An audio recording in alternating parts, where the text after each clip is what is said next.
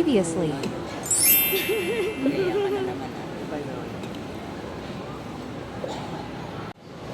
Sabi nino, Bonnie. alam nga yung kabawa ka ng kapitbahay, anak kita.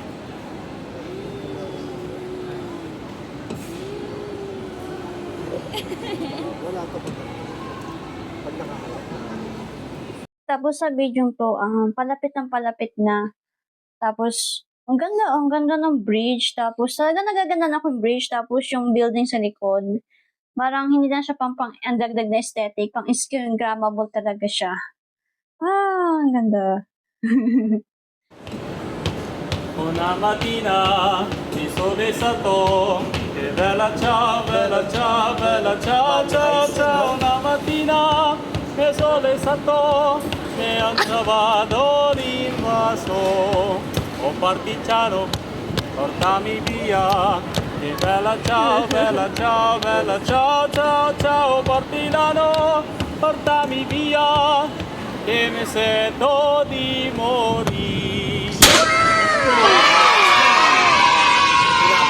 Wala lip sync yan. Tinapos ko ng ilang araw yan, ha? Nakakatuwa itong video. Ang ganda. Ito talaga masabi kong pure talent ng Pilipino. At biruin mo, Pilipino siya, tapos ang galing niya pronounce, magaling, talaga practice, ang galing niya kumanta ng Italiano. Pilipino siya, pero kumakanta siya ng Italiano, nabuo din niya. Wow! Kudos sa'yo, kuya, kudos namin. So, very talented talaga mga Pilipino. Tapos, wala pa siyang microphone, talagang talagang Italiano kumakanta na soprano. Ang ganda, natural voice pa yan, wala pa yung microphone. Kaya, ang ganda pakinggan. Kudos sa'yo, kuya, kudos talaga. Ang ganda. Very talented ng mga Pilipino. Hindi. Pag ikaw ang kumanta, listen na naman yan. O kaya alone. Oh, gusto mo kumanta? Through the fire. So, tanong natin si Kuya, gusto mo kumanta siya? Sabayan ka namin. Kanta mo si Kuya. Ayoko. Isa pa.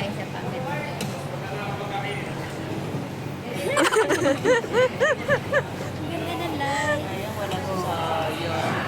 Yun, iniwan mo eh. Tulog na, di ba tulog? Wala, iniwan mo kasi si Kuya, iniwan mo. Jesus, dapat gagalatay ano. Ang cute, di ba? Ang cute na dito sa video. Ayan si Kuya Jeff na saka si Ate Venus. Ang cute na dalawa. As tapos na kami dito, yung papunta na kami under nung kanal. Tapos may Christmas lights, ganda. Maliit lang kasi yung dun sa mababa lang yung bridge nila dyan. Mababa lang daw yung bridge. Yung bridge din sa papunta doon. Picture ako ulit kayo dito. Mama sa top. Hopefully mag-last lang pa tayo sa vlogging kasi yung napifeel ko, nag-iinit na rin yung natatamaan ng araw yung aking laptop. Tapos, hopefully, mahina lang yung init niya. Hopefully, kaya pa naman. Okay. Kaya pa natin, no? Kaya pa yan. Mamaya you can get all the rest you can. Pero ngayon, mag-vlog muna tayo. Huwag muna kayo magpa-over-overheat. Tapos, ito naman yung restaurant. Sa gitna siya ng Venice. Tapos, usually dito parang may itong picture taking yata. Dito pinipicture taking. Kasi dito yung parang yung background. Marami nagpipin-Instagram dito. Tapos, si kuya, yung kuya yung yung kumakanta kanina. Siya nag-offer na picture kami. Mabait talaga ng mga Pilipino. No? Si Rolly, maaga po yung kumanta ng bago.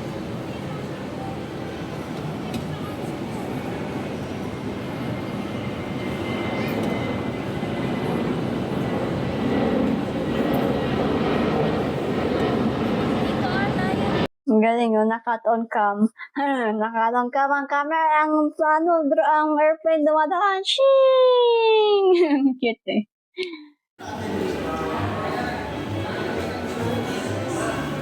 Tapos sa part na to, nung tapos na kami sa Venice, naglalakad na kami. Sa bandang malapit na stairway na akyata, may nakita akong random na pusa. Wala lang, binidyon ko. Gusto ko sana siya, nung time na yun, parang gusto ko siya bigyan ng pagkain na biscuit, pero wala akong dala eh. Saka baka hindi niya magustuhan din. May mga ganun minsan binibigyan ko ng mga biscuit or mga tinapay yung mga pusa. Pero dito sa Belgium may nakita rin ako. Pero hindi niya kinain, wala lang. Mukha siya nagugutom, pero parang di naman niya kinain. Iniwan niya lang yung tinapay na binigay ko. Pero ito iba to, ito sa Pilipinas. Wow, ang cute ng pusa dito.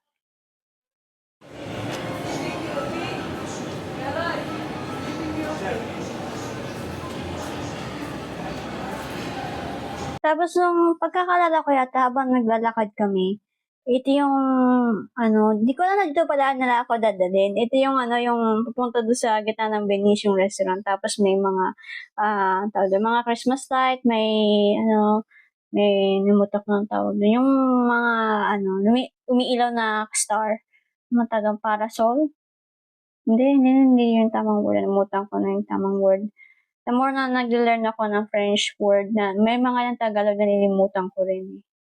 Pero ayan, kaya pa naman, kahit minsan parang nabubulol ako sa Pilipino. Pero kaya yan, kaya. Tapos, ewan nakita sa video to close up, ano pala, ang pangalan pa ng restaurant niya ay Hashi.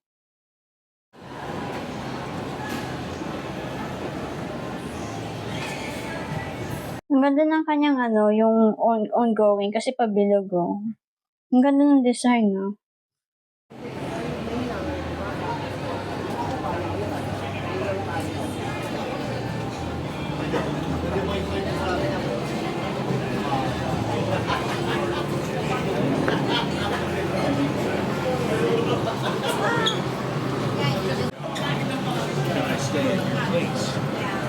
Kasi ngayon ko lang na-notice na ang ganda pa na punta naming spot doon sa restaurant kasi na siya sa pinaka-gilid ng kitang-kita mo yung mga dumadaan ng mga barko or bangka. Hindi barko, malaki kasi yung barko, bangka. May mga mini bangka ng Venice. Ganda.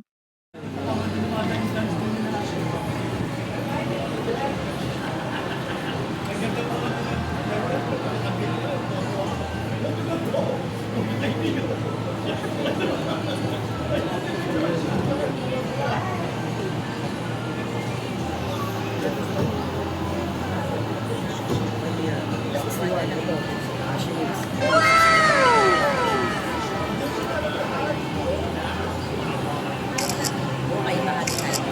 Tingnan mo yung ganito nga. Kaya pa to.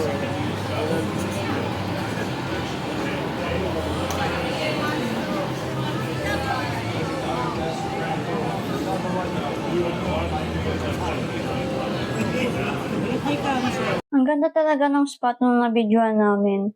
Kitang-kita siya, like, directly sa harapan mo. Nakuha ko yung video, ang ganda na. Yung paano, pagdating mo sa dulo, tapos parang ka na picturean, yun, ganun mga Pilipino. Pipicturean sila, tapos andun yung yung background sa likod. Ang ganda. Ang ganda talaga, kasi ang ganda talaga nung spot na, binidyohan ko dito. Ang ganda. Kitang-kita mo yung actual nung nangyayari. Tapos nakita mo yung Pilipino kung paano ginagawa. Tapos pati mo sa dulo, pipicturean sila. Tapos, yun, o-offeran. Tapos gagawin, galing. Ang galing. Tapos nakita ko dito sa video, na-notice ko, natagal na kasi hindi ko masyado maalala, pero wow! Hindi kay Japanese food to. Inisip ko baka mahal to. Oh my gosh. Pero grateful ako na we're there for experience. So, talaga I have to be really grateful kay Kuya Jeff, no? Saka sa family niya din na tayo dito. Pagkakita ko sa video, hindi kay Japanese food to. Refine ang design, yung ako hindi kaya mahal yung mga to. January pa naman yung palit. Live, is ka? Hot? Wala sa memory. Kanina po yung ramen. Si Miguel. Pagkakita ko sa video, mga Japanese food to. Hindi kaya mahal to. Oh my gosh.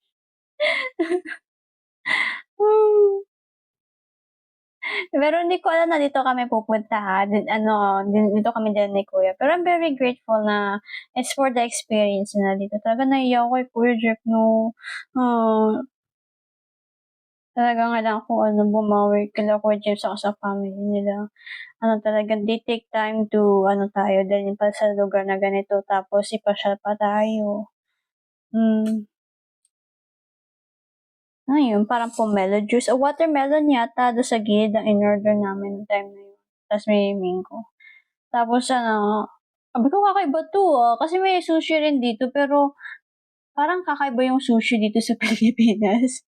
May mga toppings na kulay orange, may mayonnaise yata yung tawag do'n. Yun, hindi ko na matandaan kasi 2 years 'to pero I'm really grateful sa kina kuya na tayo binigyan ng experience ta's dinala dito. Pero wala akong idea dito kami pupunta. Yun, talagang kailangan kong bumawi kay kuya yung mga gastusin dito.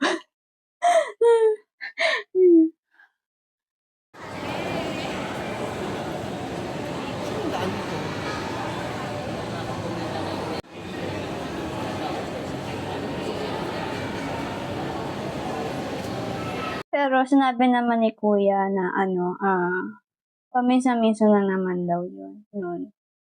Pero I try as best I can na babawi tayo kay kuya. Yung mga mabubuting bagay na na binibigay niya at yung paano tayo tatruhin, yun. Mahal yata ng mga sushi. Dito sa Belgium, mahal din ng mga sushi. Pero tingnan natin, yeah, we will see. Sa Beijing to, may second floor pala siya. Hindi ko alam na meron pala siyang second floor. Tapos may parasol doon, yung parang umbrella. Ang ganda din ng pang-Instagram ng second floor. Pero okay lang yun. Nung nandun kami sa second floor, nakita ko na pabilog. Meron pa pala second floor yung restaurant. Tapos ito na yung medyo gabi na to. Yung tayo na to medyo gabi na.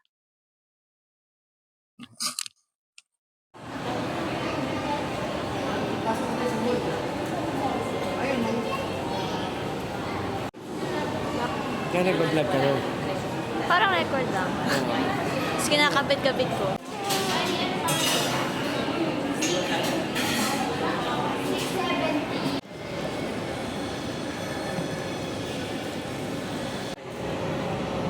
Pasok ko na naman. Tapos kami na lang magkakarap.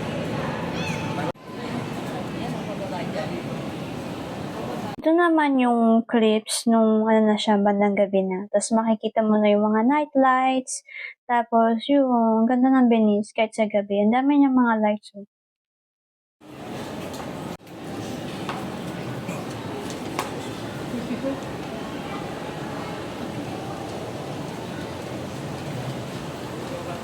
Sa video na to, sa clips, ito yata yung time na na kami, pauwi na. Tapos, ayun, habang pauwi na kami, nag-iikot-ikot na ng contest, nagbibideo ko. Yun yata ang pagkakaalala ko dun.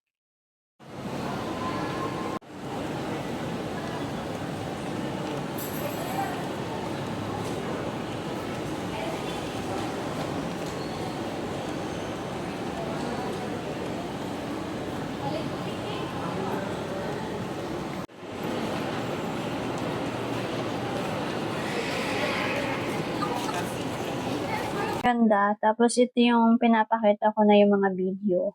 Nung na kami, yung kung ano yung tsura niya sa gabi tapos may mga ilaw na. Yung Venice. Later. Diyan, picture mo yung high street para iPhone.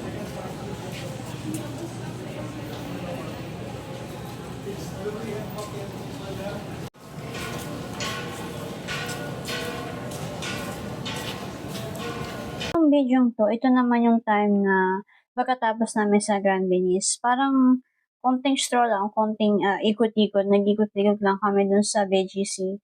Saka first time ko rin maglakad sa BGC dito. Kasi sa akin, no 8 years ago, parang yung BGC hindi naman yung gawa 8 years ago eh. So parang ganyan lang, lakad, titignan ko yung mga yung bagong binyag dito after 8 years. Yun. Ito yung BGC. Niikot-ikot lang. Yan, no?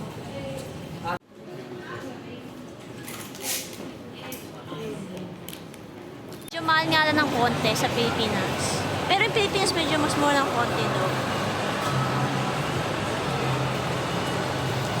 Last clip naman, Parang ang pagkakalala ko, ito yata yung tinatawag nilang parang market yata ang tawag dun. Market yata ang tawag nila sa ano 'to. Kasi dito ko naalala, dito yata ako bumili nung pang-replace nung aking yung hiniram ko lang kasi yung maleta ko, pero pagbalik bibili na talaga akong sarili kong maleta.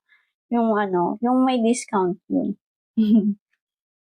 Ang highlights, papakita ko na lang dito sa video yung mga pictures na highlights ng picture of the day, yung mga ginawa namin, yung mga highlights picture. Tapos yung iba dyan, share ko na lang sa Instagram. Naisip ko ano ba unahin ko? Ipopost ko muna ba sa Instagram or sa YouTube? Kasi before, inuna ko ang YouTube before Instagram.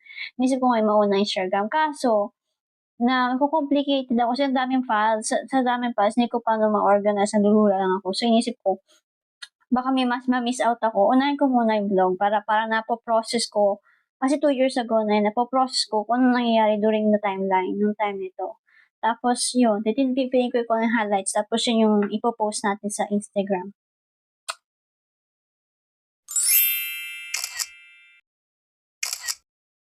Ganda din yan.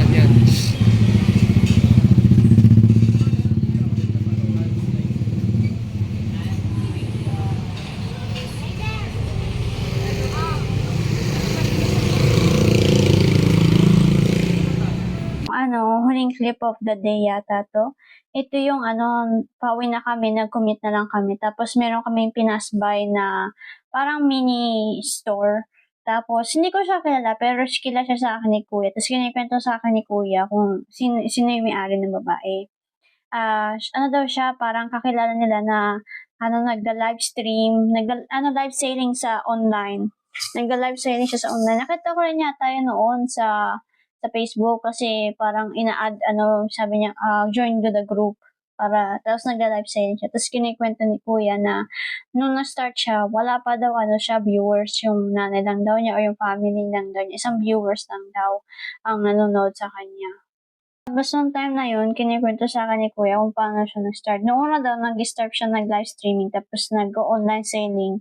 Wala daw nanonood sa kanya. Meron daw isang pamilya niya nanonood sa kanya, sinusuportan siya. Tapos over time, pag siniswerte-swerte, dumami yung viewers niya, dumami din yung kanyang mga followers, saka yung bumibili sa kanya sa live selling. Tapos yun, nakapag-pundar na siya ng kanyang actual physical store, tapos nakapag-pundar din siya ng bahay. Nakaka-amaze nga yung story niya, yung parang basta long story, pero nakaka-amaze yung story niya na from starting there, kasi nung time na yun, sabi niya sa akin, pandemic daw yun. So, nagda-live selling siya sa online. Tapos, eventually, nung marami na bumibili, nakapag-pundar na siya ng bahay. Pinakita pa nga sa akin ni Kuya. Parang kapit-bahay lang yata. Kasi meron siyang sa lugar doon na pinundaran. Nakapag-pundar siya ng bahay.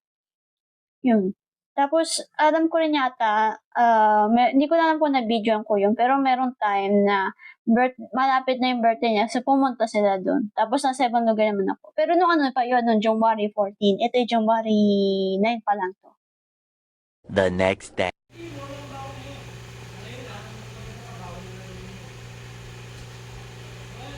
Tapos, tong clips na to, I think ito yung next day na, kinabukasang araw na. Tapos, binidyoan ko lang. Kasi meron silang pet, pero pag tinitingnan ko sa video, tinitingnan ko, ang niya, mabalahibo, tapos hindi ko mag-guess kung anong klaseng animal siya. Kasi siya, furry. Pero siguro yung time na yun, yung isip ko sa kanya, hamster. Pero I could be wrong, Hindi ko exactly sure kung anong type of, animal. Pero parang, baka siya, hamster. Kasi siya, mabalahibo Tapos, cute siya, parang kasing size ng hamster. Tapos pet nila, yun. Sa video ko lang. Later.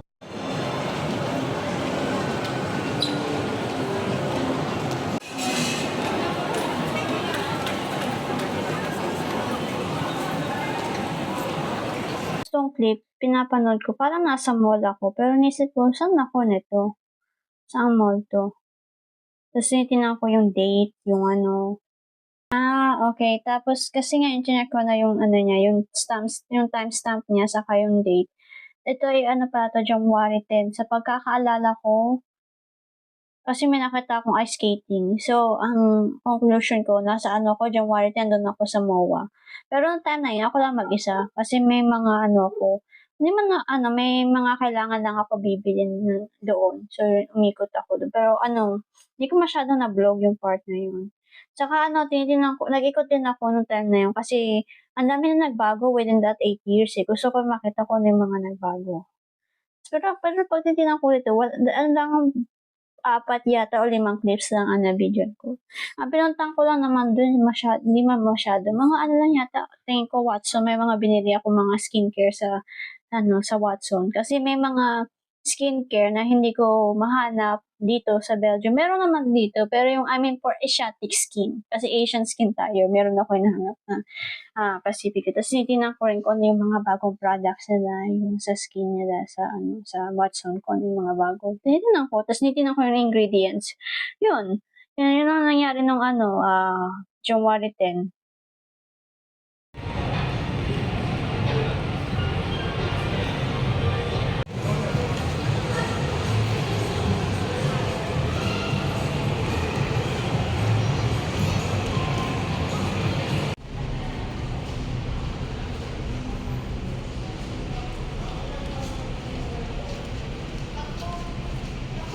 Video na to, parang naalala ko na. Kasi binibidyoan ko yung labas na ng MOA. Tapos, ayan, ano ako lang yan, mag-isa lang ako, nagko-commute. Tapos, yun, na-enjoy ko naman kasi ano, kung may time sa sarili, tapos na nakaka-explore ako, sa MOA, yung may time ako mag-explore. Yun. Naalala ko na 'to. Tapos ito yung ano, natuturuan ako ni Kuya Jeff 'no, kasi ano ko kasi sa kanya, one time lang niya pinakita, tapos natandaan ko, na-figure out, tapos fini-figure ko paano yung ano, gamitin yung sa application, yung Grab. Yung ano ka, gagrab ka, tawag ka ng ano, mga tao. Safe naman siya, tinatanong ko naman si kuya yung mga bagay-bagay. Tapos, tinitingnan ko rin yung application, kung ano siya, may mga safety and stuff. Safe naman siya. Actually, safe naman ang Grab. Pati yung mga driver, kinakausap ko rin, tungkol dito, tungkol doon, yun. The next day.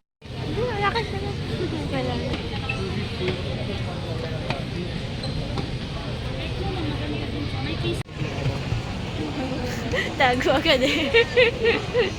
Talaga sinusuot natin yung ating time talaga. Everyday sinusulit ko yung time ko sa Pilipinas. Ano to, next day na to, January 11. Ako yata pupunta mag-isa pero nag-offer si Kuya Jeff no, nasamahan na rin ako. Tapos kasama na rin si Choi, yung ano dito. Pumunta kami sa ano, nagtitingin kasi ako sa online kung paano ko ibebenta yung old stabilizer ko. Kasi may stabilizer ko noon pero hindi ko magamit.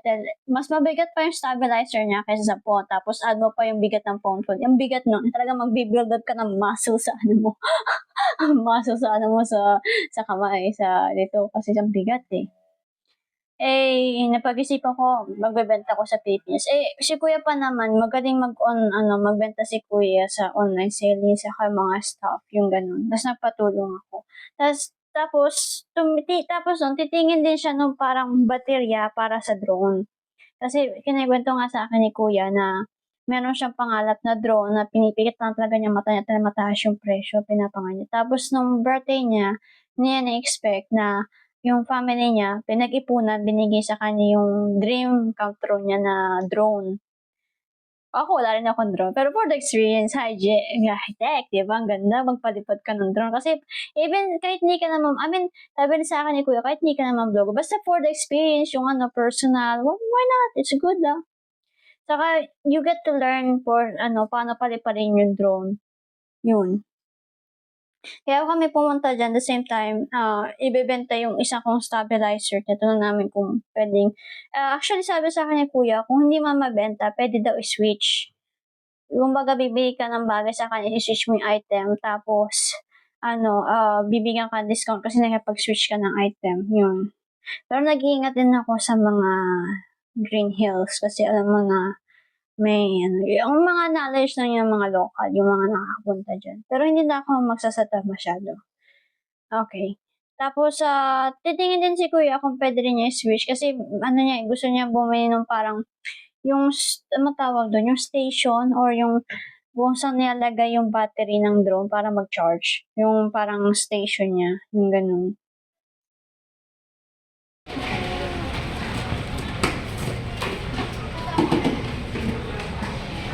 Sa videong to, hindi ko lang sure kung ito yung first time ko sa Green Hills or second time. Kasi 8 years ago, hindi ko lang alam kung nakapunta ako sa Green Hills o hindi. Sa Divisoria, nakapunta ako nung, 8 years ago. Pero Green Hills, hindi ko lang sure. Maring ito rin ang experience, first time pumunta sa Green Hills. Yun. Pero hindi ko matandaan eh. Pero ano na rin sa akin yung experience kasi after 8 years eh. Parang tumitingin din ako observation para pumunta tayo sa greenhouse. Tapos sa clip na to, habang naglalakad kami, minatagpuan kami potato corner. Tapos kinikwento nga nila sa akin kung kano daw kasi katoy, tapos ang daming mga Pilipino na enjoy kainin to. Sa akin first time to, kasi dito kasi sa Belgium is yung french fries, mga jumangas. Pero ito parang masarap to, sobrang sarap. Nung tinikman ko siya, sobrang sarap guys. Kasi pwede ka mamili na flavor. Hindi ko lang sure up to. Pero yung pinili namin flavor up to 2. Yata? Gas... Ano tawag dun? Sour cream. Parang garlic sour ang flavor. Tapos isa cheese. Ang sarap. Yung niya. Para siyang french fries. Tapos may ibang toppings na flavors. Minimix na. Sarap. Sarap ng potato corner. Tapos kinikwento na sa akin ni Kuya Jeff, no? Noong time na yon na yung trabaho din niya noon, yung nagdi-deliver, tinutulungan niya mag-deliver din ng mga stocks sa mga potato corner. Isa rin yan sa mga naging trabaho niya noon. Ayun, nakikwento niya. Long story short. Tagal na kasi hindi ko na masyado matandaan. Pero pag nakikita ko yung clips, parang bumabalik na ulit sa akin yung mga memories.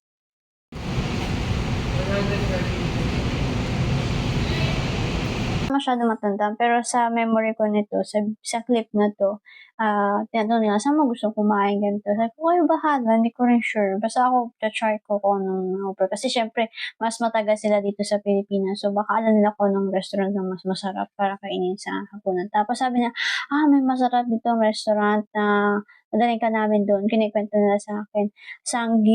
Sangyupsal yata. Binabanggit sa akin, Sangyupsal ang pangalan ng restaurant. Para siyang Korean version. Tapos, nag-ikot-ikot talaga kami dyan para, hanapin kung saan nakastation yung, yung Sangyupsal. Para matikman ko rin. Sarap.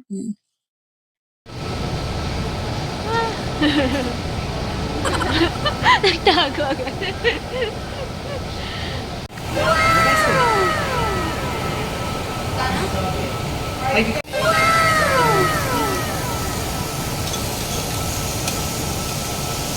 Ang cute ng clips nito. Baka share ko to sa Instagram. Kasi binibidyoan ko yung mga pagkain. Ito yung sanggapsa, may mga lettuce, tapos may mga kimchi, may kung ano. Tapos ang natigman ko itong pinakamasarap dito, yung tawag doon, yung maliit na nasa shell, tapos may melted cheese. Ang sarap. Sarap niya kamo. Tapos, yung babae nasa harapan ko sa video na to, pamangkin ko siya, anak siya ni Kuya Jeff, no? Siya si Chris Chanel. Pero ang nickname niya ay, dapat ko ba sabihin ang pangalan niya, yung kanyang nickname ko, Joy. Yun ang nickname niya. Tapos, ayun, nung binidyoan ko siya, nashy siya kasi pinibidyoan ko. Sabi niya, ang cute na reaction na. Kasi, biglaan eh. Ang sarap pag tinitignan ko sa video. Sarap. Sarap nung sanggipsal. Yung mga niya, may kimchi, may cucumber, tapos, ano tawag dun? Para siyang meat, pero hindi ko sure kung wagyu. Kasi mahal ang wagyu. Pero type of flat meat siya. Tapos meron din siyang ang pinaka-addicted na lasa doon na masarap. Yung parang, yung nasa maliit na shell. Tapos may topping siya na melted cream or cheese. Masarap niya. Tapos, kasi syempre, first time ko rin tumikim ng sanggipsal. Kasi sikat na yun sa Pilipinas. Ako, first time palang tatry niyan yun. Tapos, yun, pinatry nila sa akin. Nice. Delicious! Guys, sa video na 'to makikita mo, 'di ba nakita mo sa unang video yung piso yun, yung parang may shell tapos may parang hindi ko alam kung anong tawag dun pero nakalimutan ko na kung anong tawag dun. Yung parang cheese, na may melted cheese tapos dun sa kabila makikita mo parang talagang Korean culture. Iko-cook mo yung sarili mong meat at your own pace. Sarap eh.